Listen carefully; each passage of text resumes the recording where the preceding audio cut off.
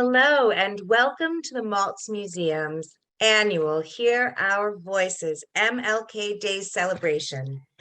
My name is Dahlia Fisher. I'm Director of External Relations.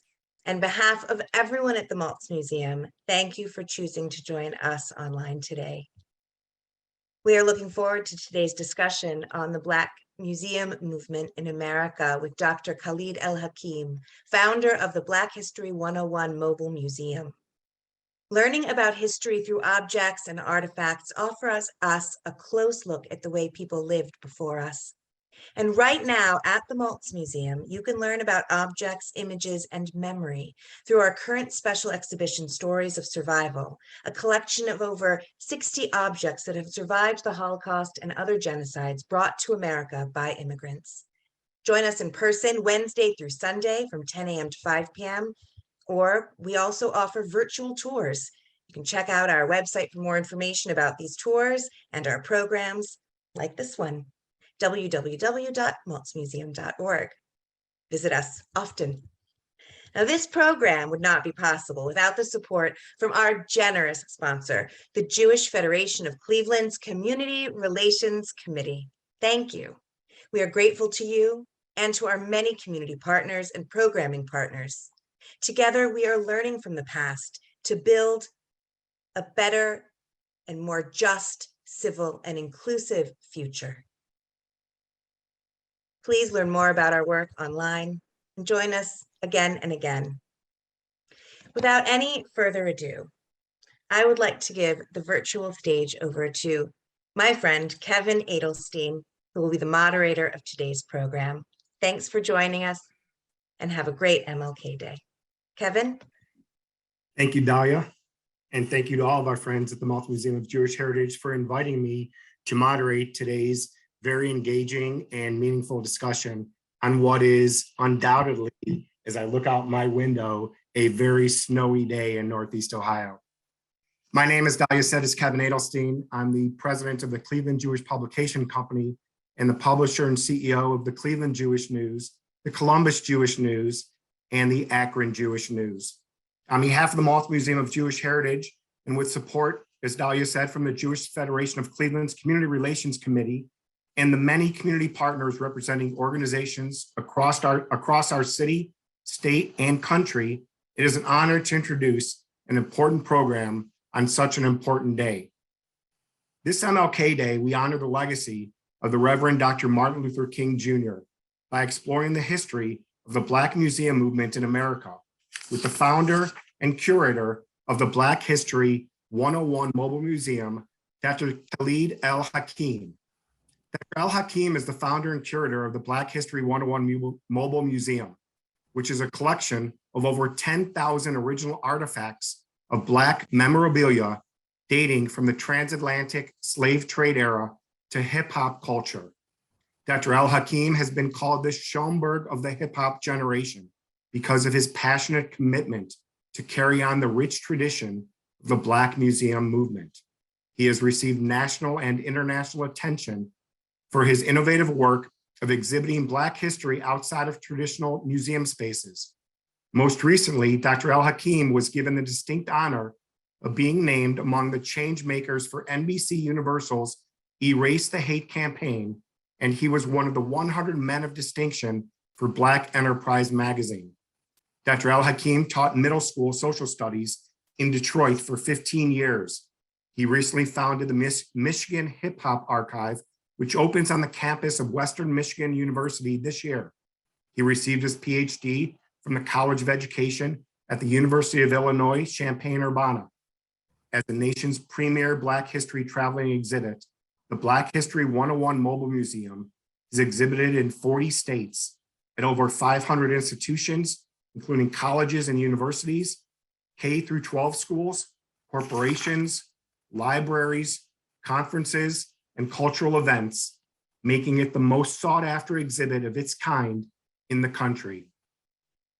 We'll have time for your questions today, so please send them to us through the Q&A feature at the bottom of your screen or by sending a message in the chat to all panelists. At the end of the talk, I'll return on screen to ask Dr. el-Hakim your questions. Without further ado, let's get started. Please join me in welcoming to the screen Dr. Khalid el-Hakim.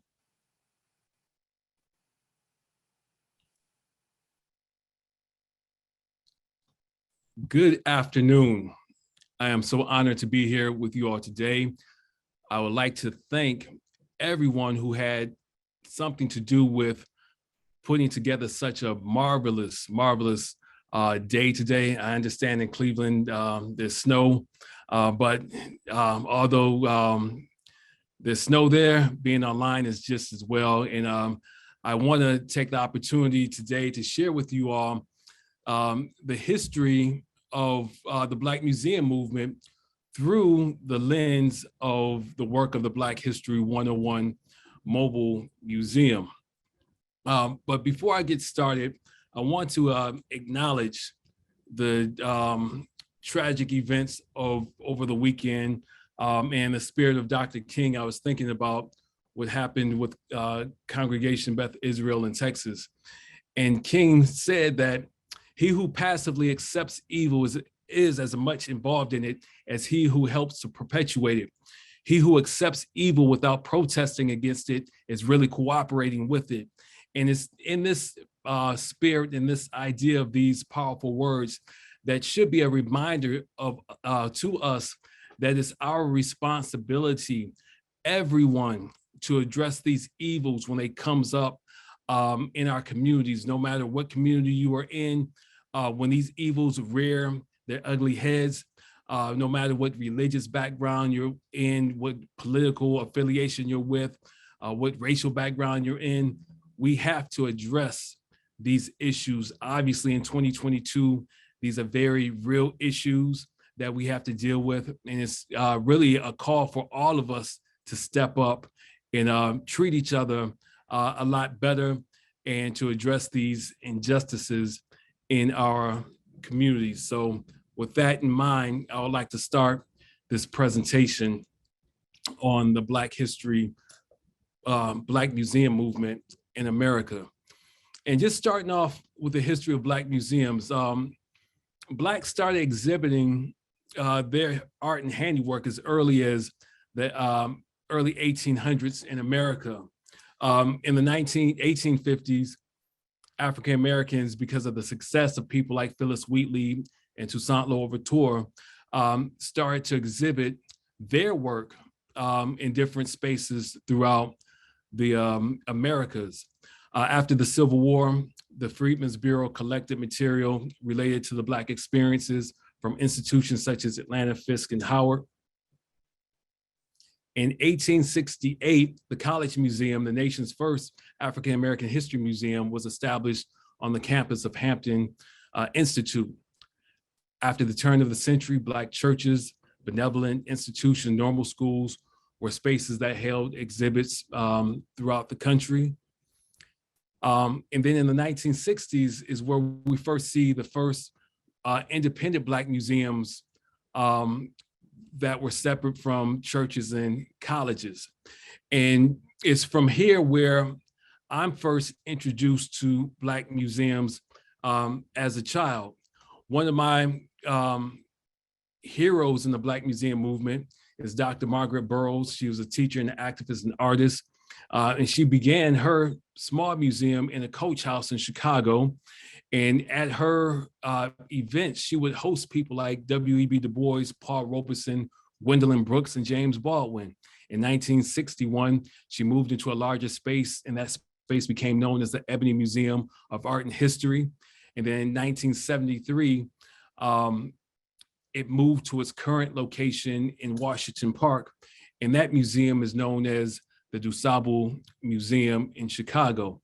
All right.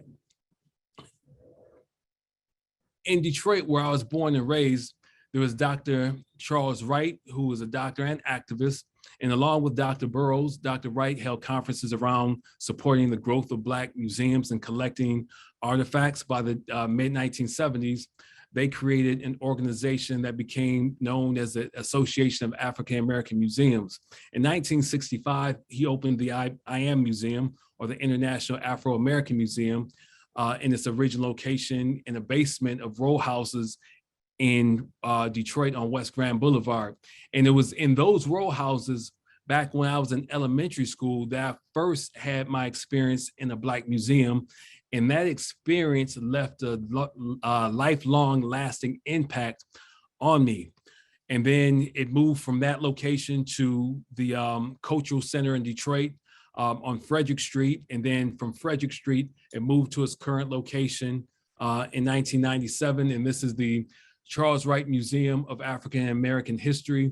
And prior to the opening of the African American Museum in Washington, D.C., this was actually the largest Black museum in America and in the world.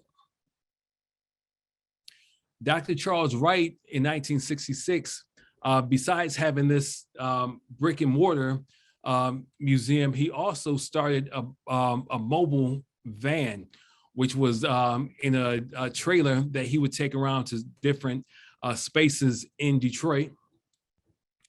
And this ended up being the inspiration for the Black History 101 Mobile Museums trailer, which I had completed in 2007. And this had a very much of a hip hop grounding to it, flavor to it, simply because it was hip hop culture that was my introduction to Black history on this type of level. And I'll go through that history in just a moment. But this exhibit here was something that people could actually walk through and see the history of hip hop on the walls. And hip hop today is going into its 50th year, and just the impact that it had and has on world popular culture is amazing. And again, it was this movement and this culture that got me really into Black history and museums and collecting. But prior to this, I was a student at Ferris State University, and I had a dynamic professor, sociology professor by the name of Dr. David Pilgrim, who eventually founded the Jim Crow Museum of Racist Memorabilia. But in 1991, he was my intro to sociology professor, and he had a very dynamic way of introducing concepts of race and racism in the classroom by bringing in objects, and had us have discussions about the history of racism in America and looking at the stereotypes and making connections between the past and the present, and where these stereotypes come from. It was a very powerful class. And shortly after that class, I went and started looking through antique shops and used bookstores and garage sales, finding initially Jim Crow related objects. People often ask me, what was the first object I ever collected? And it was shortly after taking Dr. Pilgrim's class that I went for my first time to the South on spring break with some friends of mine, and we were driving through Tennessee on our way to Daytona Beach. And we stopped at a gas station and went into the gas station, and there were shelves and shelves of these types of figurines. And these were not antiques, these were reproductions that were being sold at the time. And I was really blown away by that. And this object ended up becoming my very first piece in the Black History 101 Mobile Museum. But that was not the only object that I saw that disturbed me on that trip to Daytona Beach. The next day, we were on the beach and we were walking along the beach and walked into a souvenir shop. And in the souvenir shop, this T-shirt was on display. And with this being MLK Day, you'll get a very real and sobering sense of the impact that this had on me as a 21-year-old. And to think about someone who would create a slogan like this and then put it on a T-shirt and then put it up into the marketplace for sale is very disturbing, and let me know right then the type of work that needed to be done in the society in order to protect the legacy of someone as important as Dr. King. So these were some of the first artifacts that I collected. But I did not stay in the mindset of just collecting Jim Crow related memorabilia. One of the most important pieces that I've collected in recent days is this piece here that looks at Lewis Morrison. He was the first Black and Jewish officer in the Civil War. He actually fought on the Confederate and the Union side during the Civil War, and eventually became an actor. And I've recently got this letter that is a letter that's asking for a friend of his to come see him perform in New York City. And I can make a copy of this and send this to you all if you all are interested in reviewing this letter. But it's a very powerful letter from Lewis Morrison. These next several photographs I want to show you gives a very powerful example of the intersection of communities. And although this is MLK Day, we have to talk about the history of all of our great leaders and reflect on these leaders today. So Malcolm X, these photographs that I'm showing here is Malcolm X on 125th Street in New York City. Very powerful photographs that show him, and these are unpublished photographs. And this will come together in a few minutes when I show you who the photographer is. And you get a sense of Malcolm's magnetism with the expressions on these people's faces. And again, very, very powerful, crisp photographs of this era of time. And there was a very young, white, Jewish young man who was walking through New York City with a camera during this era, taking pictures. And he was fascinated by the Black Muslims at that time. And this guy grew up and became someone that we're very familiar with today. His name is Bert Chavez, creator of the Burt's Bees lip balm. All right, so Bert, as a young man, was a photographer, and again, went around just documenting things that he found interesting in New York City. But again, he captured a very, very important time and era of the Black Muslim movement in America. And I just thought these were just appropriate to share today. When I think about the impact of race and how people like Dr. King was born into an era where he was subject to dealing with having some of these everyday objects, having to see these and analyze these and wonder and think about why these stereotypes were even present in America is very, very important. And I think that, well, I just want to share just a few of these examples and make some connections between the past and present with you. So you have this very familiar caricature that we know as Mammy. And we know that in recent, just last year, I believe it was, the Aunt Jemima caricature was changed due to the Black Lives Matter movement. But these caricatures here give you a sense of some of the obstacles that we've had to deal with in the past. This Oh Susanna children's record has two Pickaninny caricatures on it, which was a very derogatory name used to describe Black children. And right next to that, we see a Valentine's Day card that uses the name and flips the word Pickaninny to, I'm not picking anybody but you, Valentine. But these objects show how nuanced racism was in America. This Pear soap ad from 1864 that's advertising that this soap is so powerful and effective that it could literally wash the black off of you, all right, has an impact not only then, but we see that impact even in current times, all right? And that also impacted the way that Black people saw themselves, so much so that bleaching creams in the 1920s, 30s, 40s, 50s 60s in America were very popular. All right.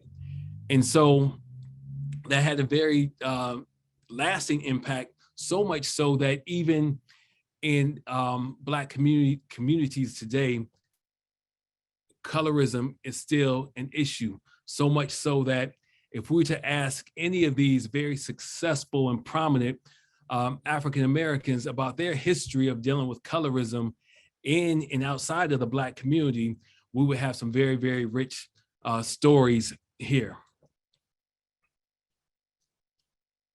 And again, it has impact.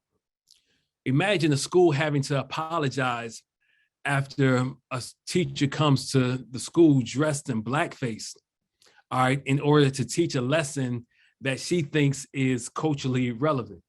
All right, this has an impact.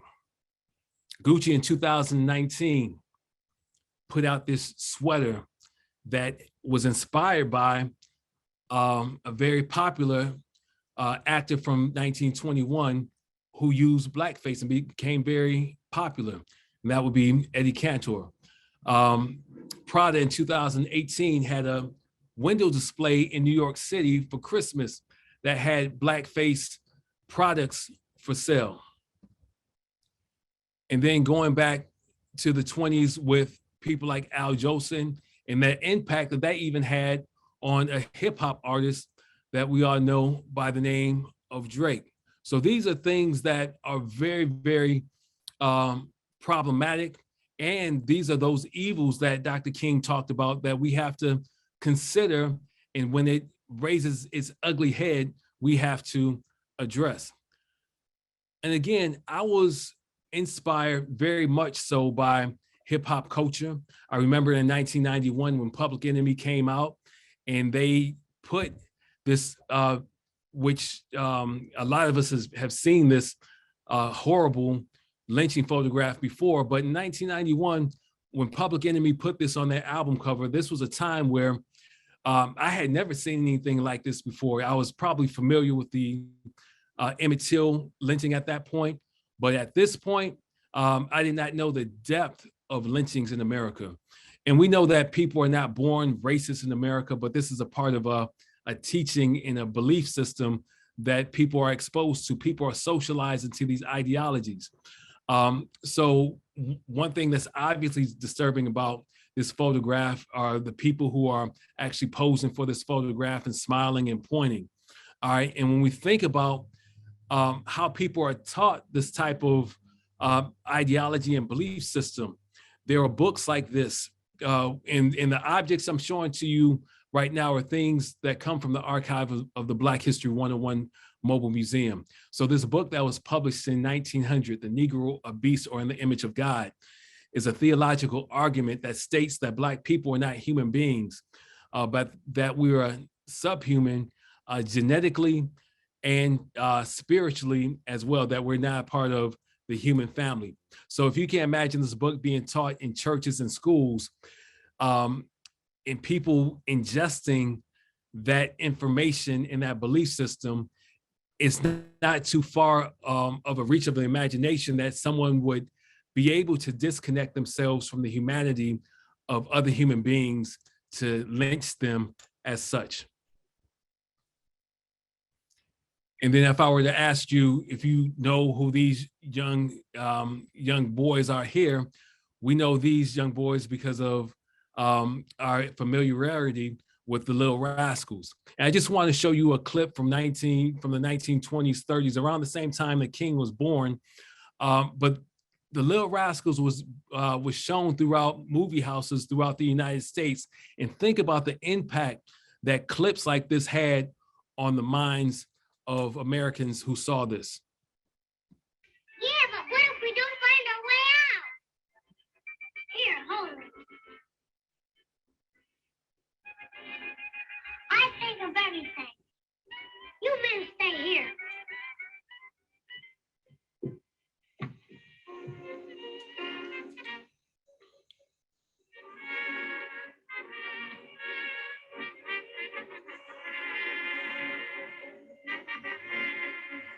You stay there.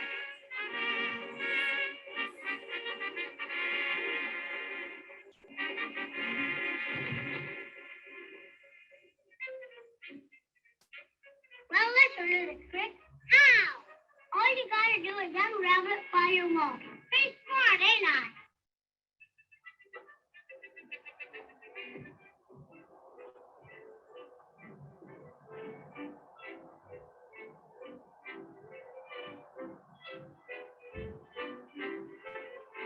Thanks, Bank. What's on the other end of this string? Little duckweed. Are you sure she's still there? Well, give her the signal and see.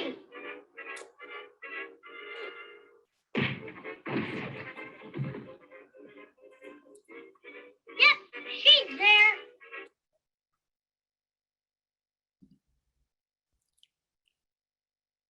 So it was through this type of media, books and movies at the time, that helped lay the foundation in the minds and the collective consciousness of many people in America, the idea that Black lives were worthless and that they deserved to be lynched.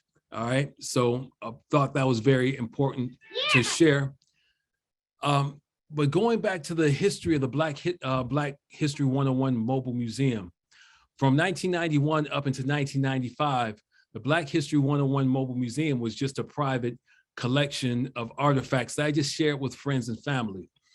But it was in 1995 that I attended the Million Man March in Washington, D.C., that over 1 million Black men went to Washington, D.C. under the ideas of taking responsibility, atonement, and reconciliation.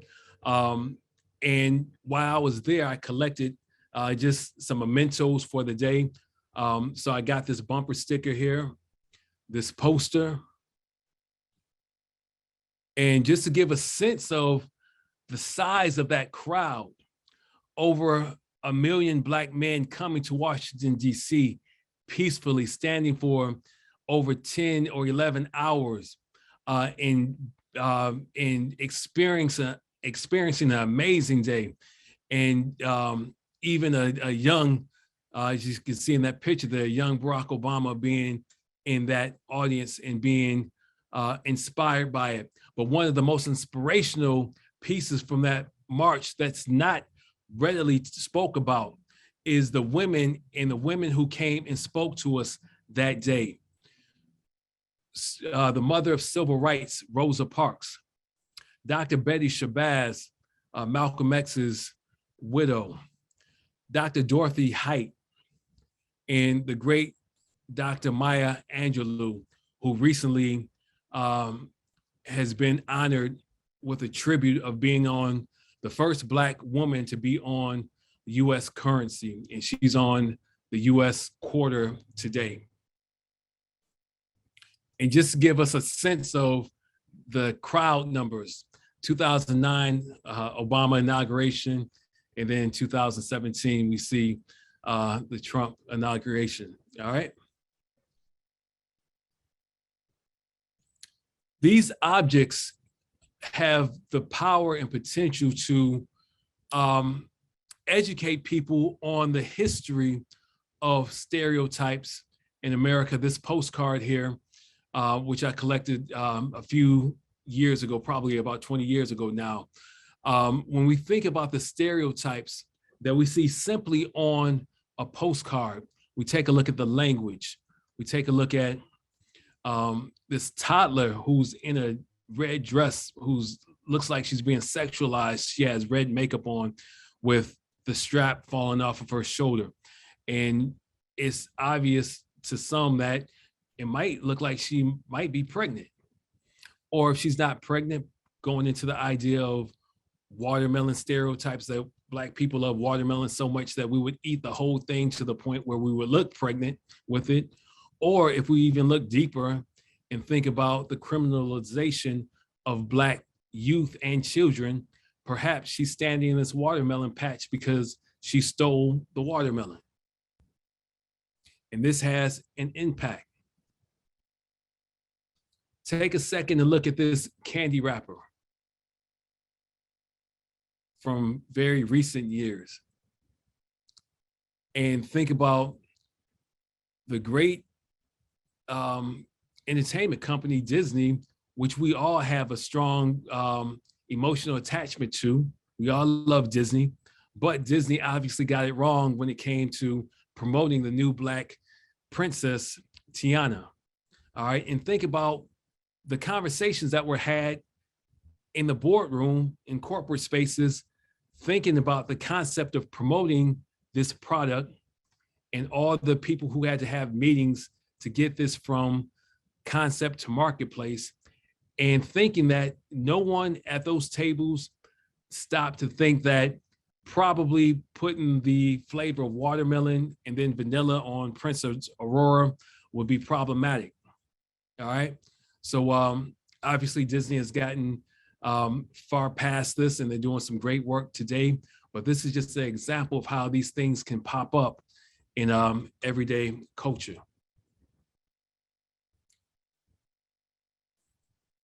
This is a very old sign that depicts a very ugly stereotype. And again, that concept of pickaninny, which buckwheat was considered a pickaninny caricature.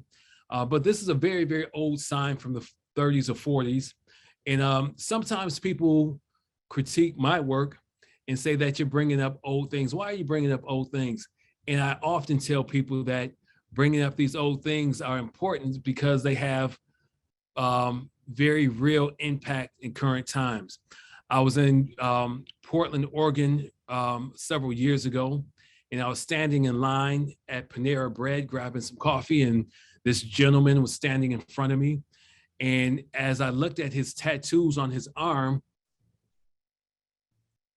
I had to take this picture to prove to people who have questions about the impact of racial stereotypes on people. All right, somewhere in his experience, he saw that and was moved to the point that he had to tattoo that permanently on his body. All right, and you might say that might be an extreme example, but it's a very, very real example. All right. As we celebrate MLK Day today, I was disturbed several years ago when I saw this come up in Michigan in an article. Imagine a Michigan bar owner having to apologize for gifting their biracial employee a watermelon on MLK Day. And on the side of that watermelon, he wrote, "Happy half Martin Luther King Day." And then you have, on another extreme, people in the hip hop community celebrating Dr. King with freedom to twerk parties. That's extremely problematic. And hopefully we will get to a point where we're not disrespecting the legacy of Dr. Martin Luther King in such a way. And I've recently saw, even at dispensaries, marijuana dispensaries, people advertising Dr. King specials for marijuana. I mean, at what point do we say enough is enough? One of the issues that come up is that many of us have not even read the work of Dr. King. A lot of us don't know that he wrote 5 books in his lifetime. Many of us have not read these books. And so it's very important, and I'm going to challenge all of us to read his work.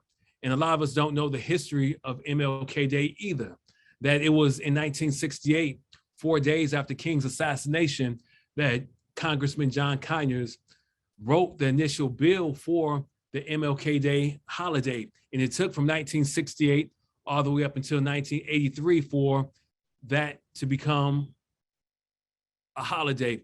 But if it wasn't for the work of Harry Belafonte, one of our greats, and Stevie Wonder, and others, Coretta Scott King, Gil Scott Heron, Dick Gregory, and others, we would not have the King holiday today. And I'm going to end on a couple more slides and then open this up to questions. MLK went to Ghana in 1957 for the Ghanaian Independence Day with Kwame Nkrumah, President Kwame Nkrumah. The 50s and 60s saw this revolution in Africa for African independence. And King's impact on this was very, very important. The impact that he had on these individuals, Sidney Poitier, Harry Belafonte, Jackie Robinson, in 1959. And I can get you a copy of this letter here. But this letter basically says, and it's signed by Harry Belafonte, Jackie Robinson, and Sidney Poitier. 1959, they were a part of an organization called the African American Students Foundation.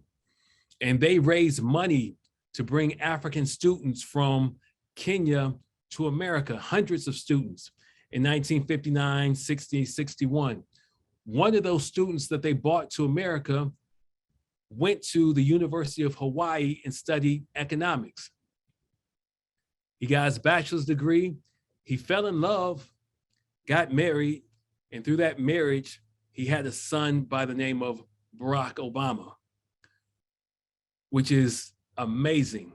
So with King, again, setting in motion and making those connections in Africa, which inspired Harry Belafonte, who went to Africa, Jackie Robinson, and Sidney Poitier, who just recently passed. But it's objects like this that help tell the story of the African-American experience that enriches the lives of all of us, all right? So this is the work of the Black History 101 Mobile Museum. I am honored to be here with you all today, and I'm going to end on this object and say thank you for allowing me to be here with you all today. And I'm open to any questions that you all may have. Thank you. There's my applause for you, Dr. el-Hakim.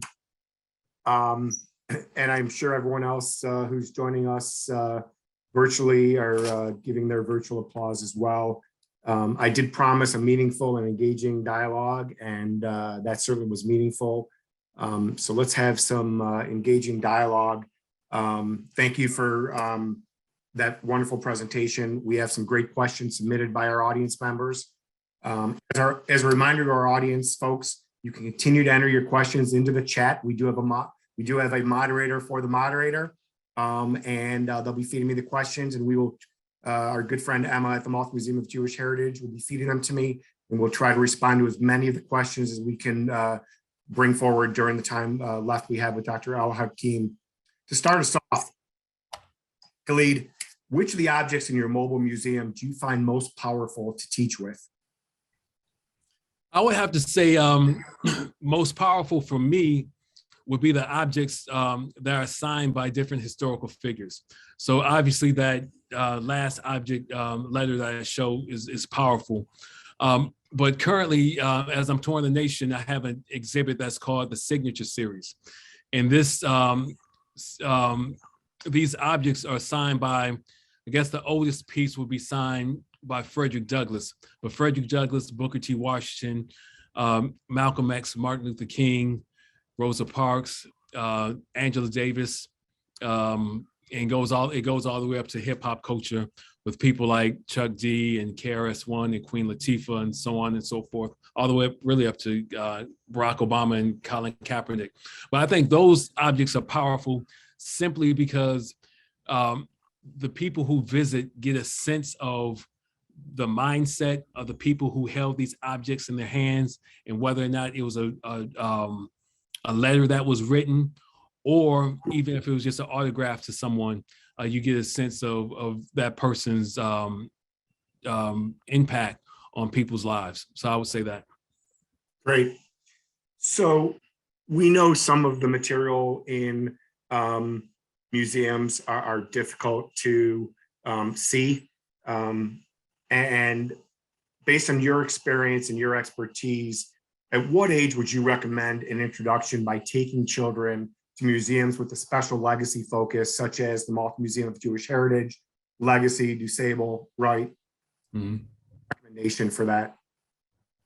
Yeah, so I would argue that we should introduce young people at a young age to some of the things that are problematic. There, in one of the ways that I do that is through children's books. There's some great children's authors who have written stories that deal with some of this difficult history. So, for example, there's a book called "Follow the Drinking Gourd," which deals with the Underground Railroad. So to introduce young people to the idea of slavery and the horrors of slavery, whether or not it's a whip or cotton or shackles, which I carry around. But usually when I go to elementary schools, I'll have the elementary schools teach that picture book prior to me coming. And then when they see the objects, they're able to make those connections between the real object and the book that they were exposed to in class. So there's certain strategies of doing it, but there's some material that, I mean, is just not appropriate. I'm not sharing lynching photographs with a 5-year-old. Is I won't do that. Okay, good. Thank you for that. Mm-hmm. Some of our audience were not quite familiar with the song "Oh Susanna." Can you give us some additional context on the song and what was meant by it? Yeah, so the song "Oh Susanna" was a song.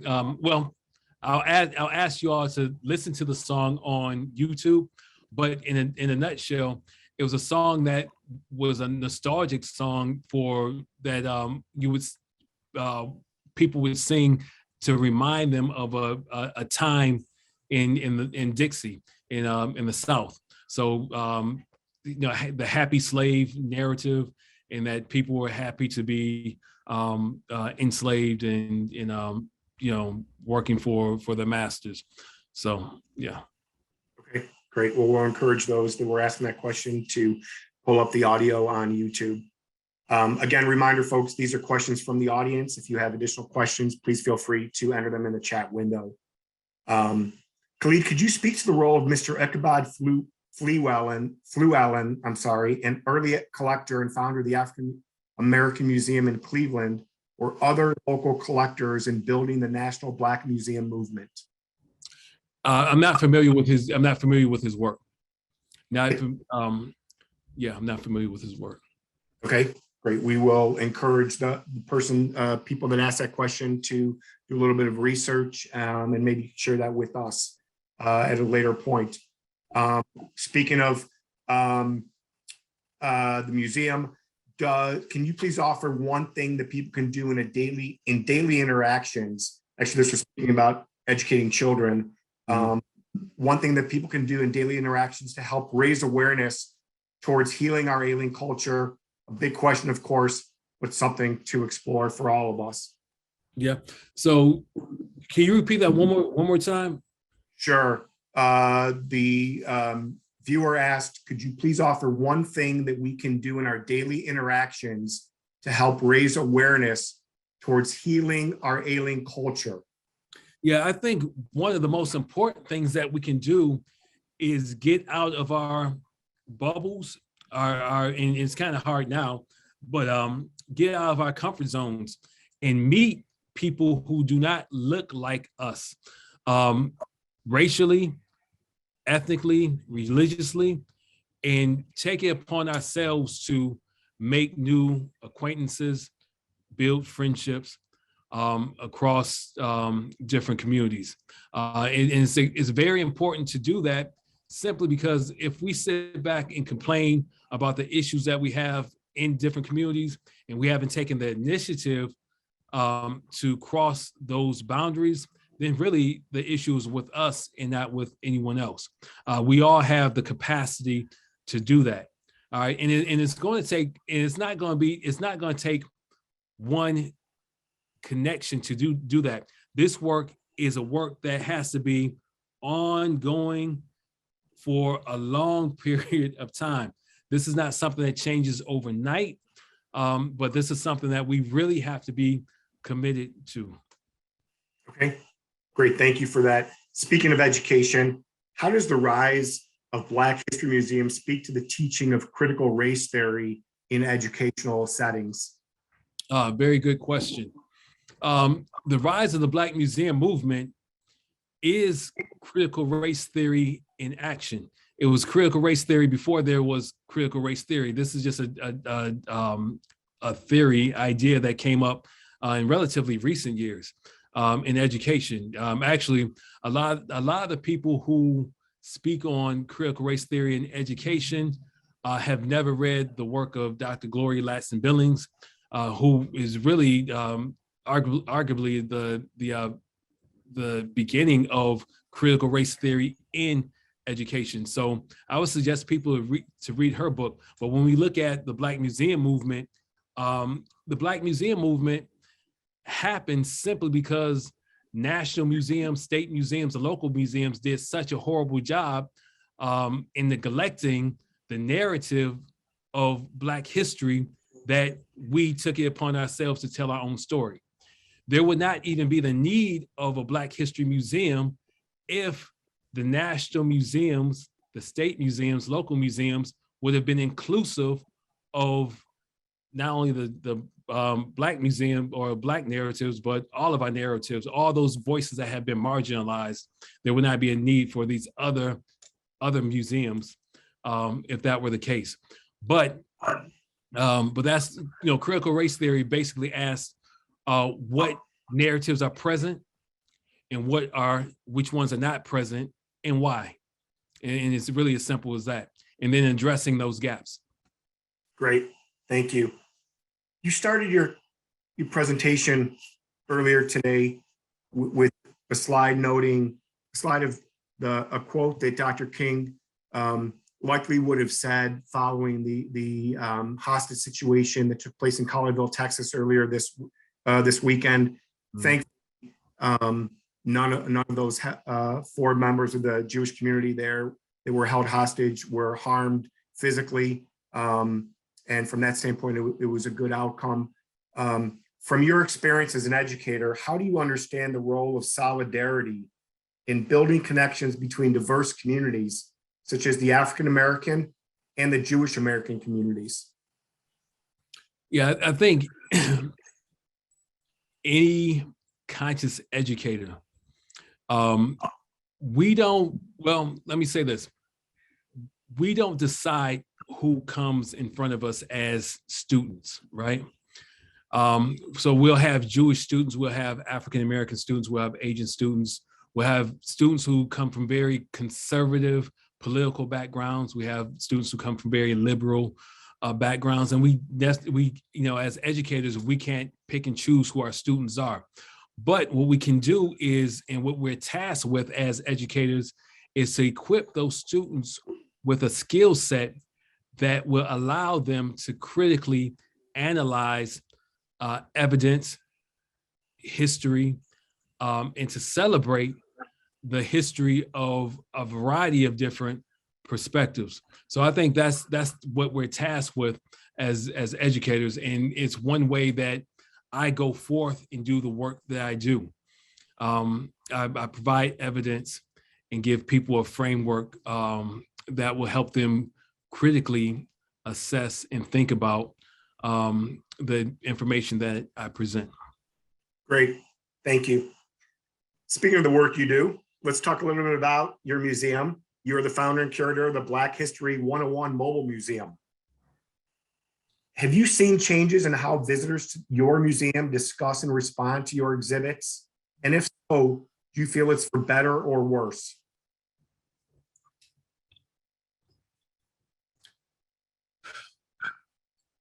So I'll give an example of one of my most controversial artifacts in the past several years. I have people imagine what a museum would look like for 50 years from now, and what objects would be present in that museum that would reflect this era. And one of the most obvious objects would be a MAGA hat. So at the very beginning of the Trump presidency, I put a MAGA hat on display in the exhibits that I took out on the road. And besides that hat, I also have a Klan hood and some other objects. So when people walk into the exhibit, they'll see the Klan hood, Klan memorabilia, but towards the very end, they'll see a MAGA hat with some of the, Black Lives Matter type material, some Colin Kaepernick material. And that one object has been the source of so much discussion, whether or not there were people who are extremely offended because they're Trump supporters and feel that, it's a diss to Trump, or the people who have strong feelings against that hat and what that hat means to people.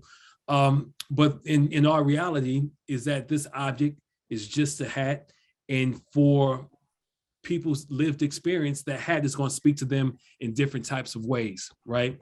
So if you're a supporter of Trump, that hat symbolizes freedom, it's patriotism, Trumpism, love for Trump, and those types of things. And if you're anti-Trump, it's a symbol of hatred and racism and anti-Americanism in some cases, and in some other ideas. But those are the types of responses that I've gotten in recent years. But a lot of the material is so diverse in terms of history. You get, if we're looking at today is Muhammad Ali's birthday as well. So if people see things with Muhammad Ali on it, it brings back very positive ideas of what he meant to the American public, the world public. If some people see music items, Michael Jackson perhaps, they'll get a certain type of vibe. But then you go back and you take a look at some of the racialized material. You just get a different response. So over time, I haven't seen anything change. People are very appreciative of the way that the museum is curated. They think it's very objective and very diverse in terms of presentation. But like I said, in recent years, that one object that I just described has brought forth a lot of conversation and quote unquote controversy.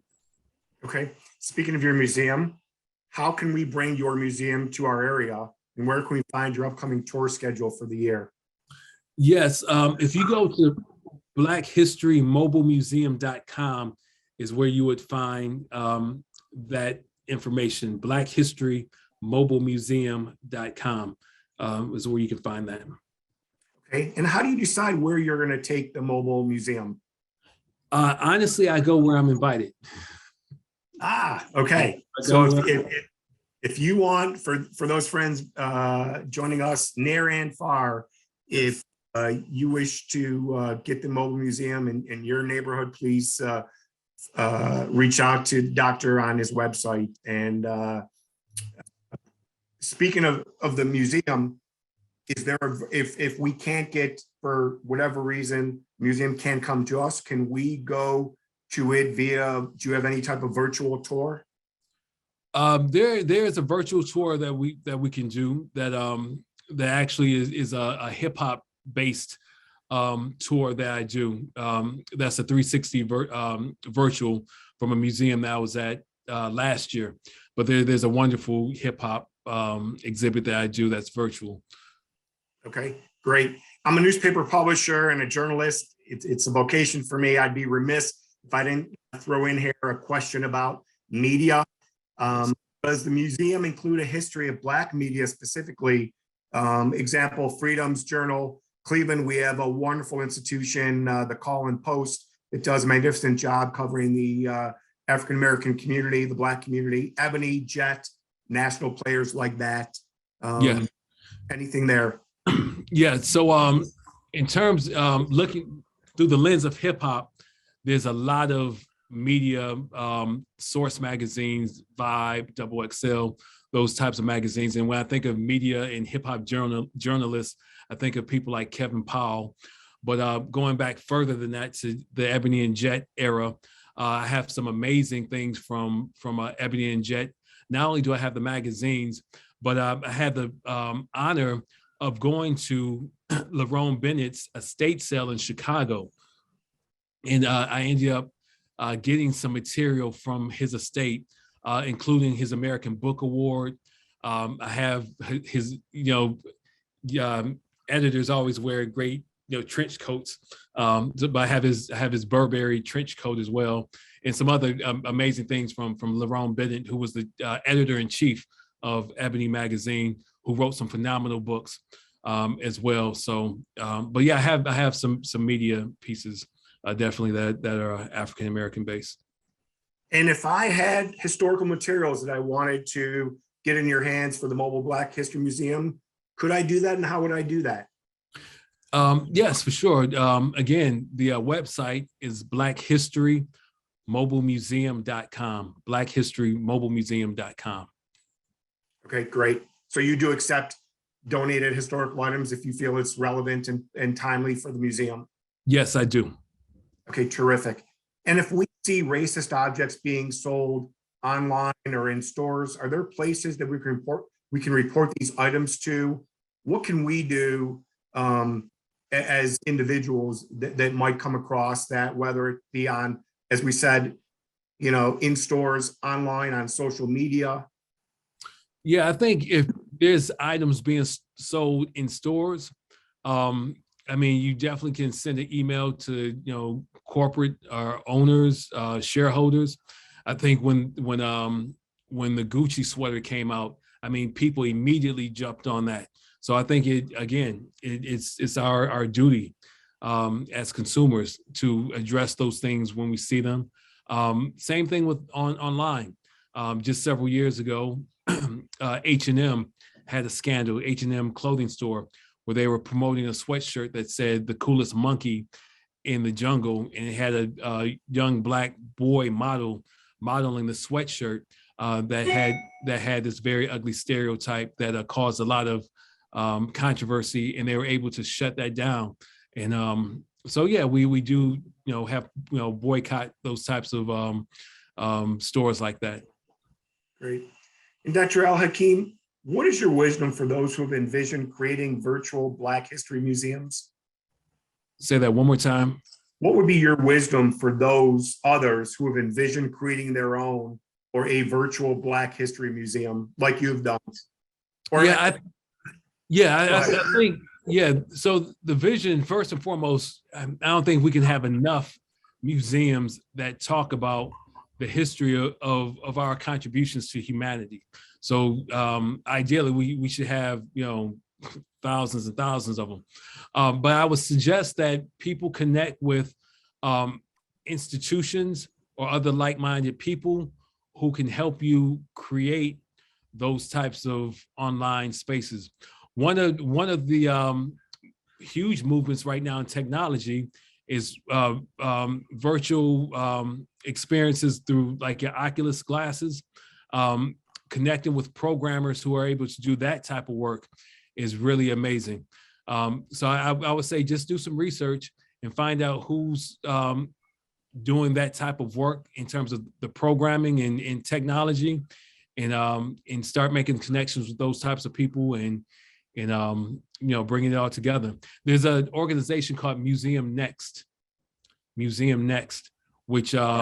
is doing some phenomenal work in terms of looking at how museums are growing in virtual spaces, and they do a host of conferences around the world that celebrate and research the different techniques that museums are doing. So speaking of other such museums, one of our participants had asked, do you work with the U.S. National Museum of African American History and Culture? And if so, do you think the museum succeeds in its mission? If not, what could they do better? No, I have not done work with them yet. They actually reached out to me several years ago, interested in how I do the mobile museum, and they were interested in finding out my strategy in terms of mobile museum. But since that initial conversation, I haven't had any more contact with them. But in terms of their mission, I think they're doing a wonderful job. From all that I've seen, the work that they're doing in terms of education online, The resources that they offer teachers are very powerful. The objects that they put online that we have access to is a great resource for teachers. And what they're doing because of COVID right now, and just making sure that people still have access to their resources, I think they're doing a wonderful job. So I think most people don't access all the resources that they have. And so I would encourage people to access the resources that they have. You know what I mean? And simply going to the website, they have some great stuff. Okay, so we've talked about existing Black museums in present day. What do you expect or hope to see from Black museums of the future? Again, the movement where you see that's happening with virtual, excuse me, virtual spaces through Oculus and through Meta, Facebook's work.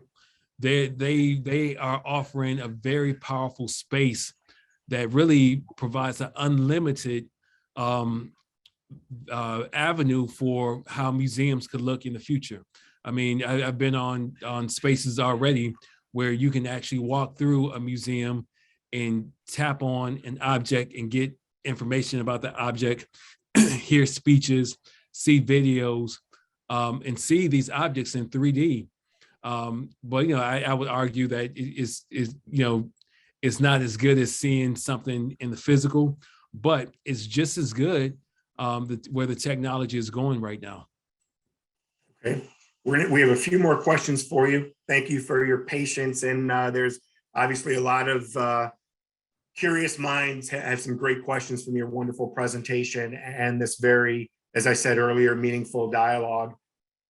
You started out your career as previously to starting the museum. You started out in the Detroit school system as a social studies teacher. How does your background shape the work you do today? Your background as a social studies teacher in Detroit. 100%. And I think that's why it's so accessible to people, simply because at my core, I'm a middle school social studies teacher. Things are set at a 6th, 7th grade, 8th grade level. And I think people appreciate that type of approach to it.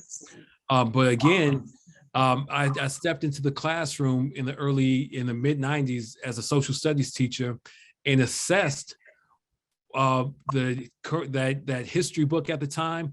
And as teachers can attest to on here, we find ourselves having to supplement what's missing in the curriculum and in textbooks with different types of material. And for me, it was the primary source material that added to what was missing in the classroom with the resources that I was provided in the Detroit Public Schools.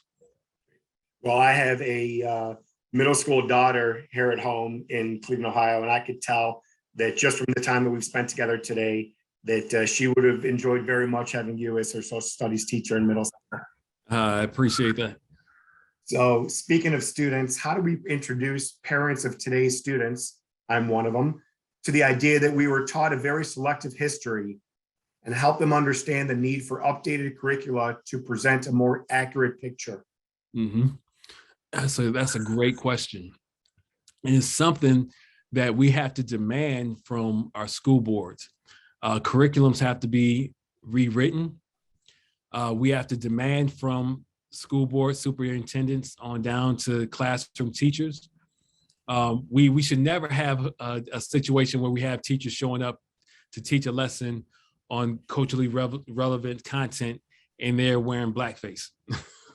We never want to have those types of situations.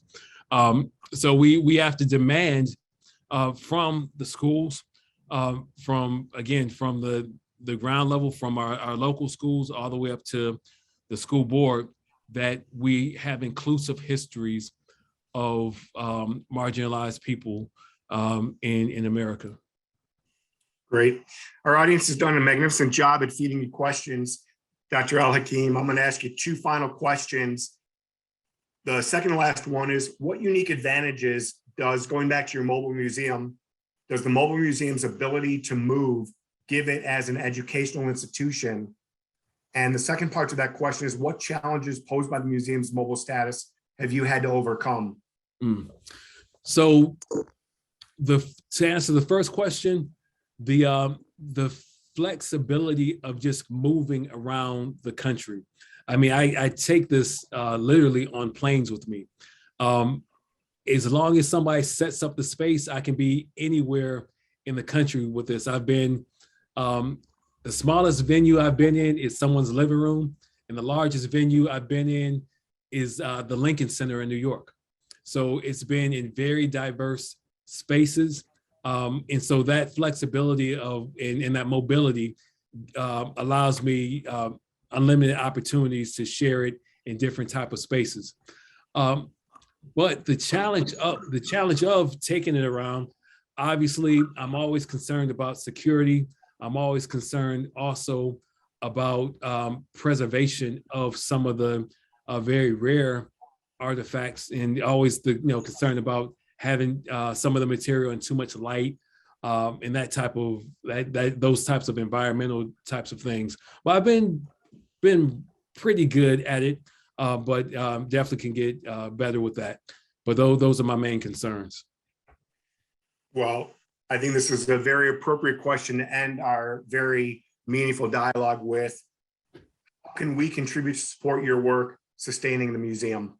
Oh, thank you. Very, very great question. Again, my website is blackhistorymobilemuseum.com. You can go there. If you want to invite me, I mean, the best thing is to invite me into your space. Invite me to come do this work.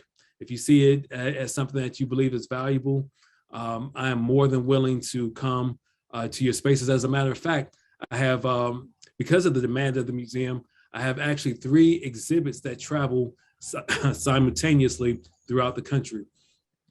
So even if I can't come out in person, there's 2 other exhibits that travel out as well, that come from the same archive, and the material is just as powerful. So I appreciate the support, any support. Terrific. And I know Emma has posted your URL, a little tongue tie there, your URL. Thank you. That window, and I know you've given it. Why don't you give it to us one more time? So again, it's blackhistorymobilemuseum.com. Perfect. Dr. Khalid el-Hakim, I wish this conversation could continue, but unfortunately, it looks like our time together is up. It's been very informative, meaningful, educational.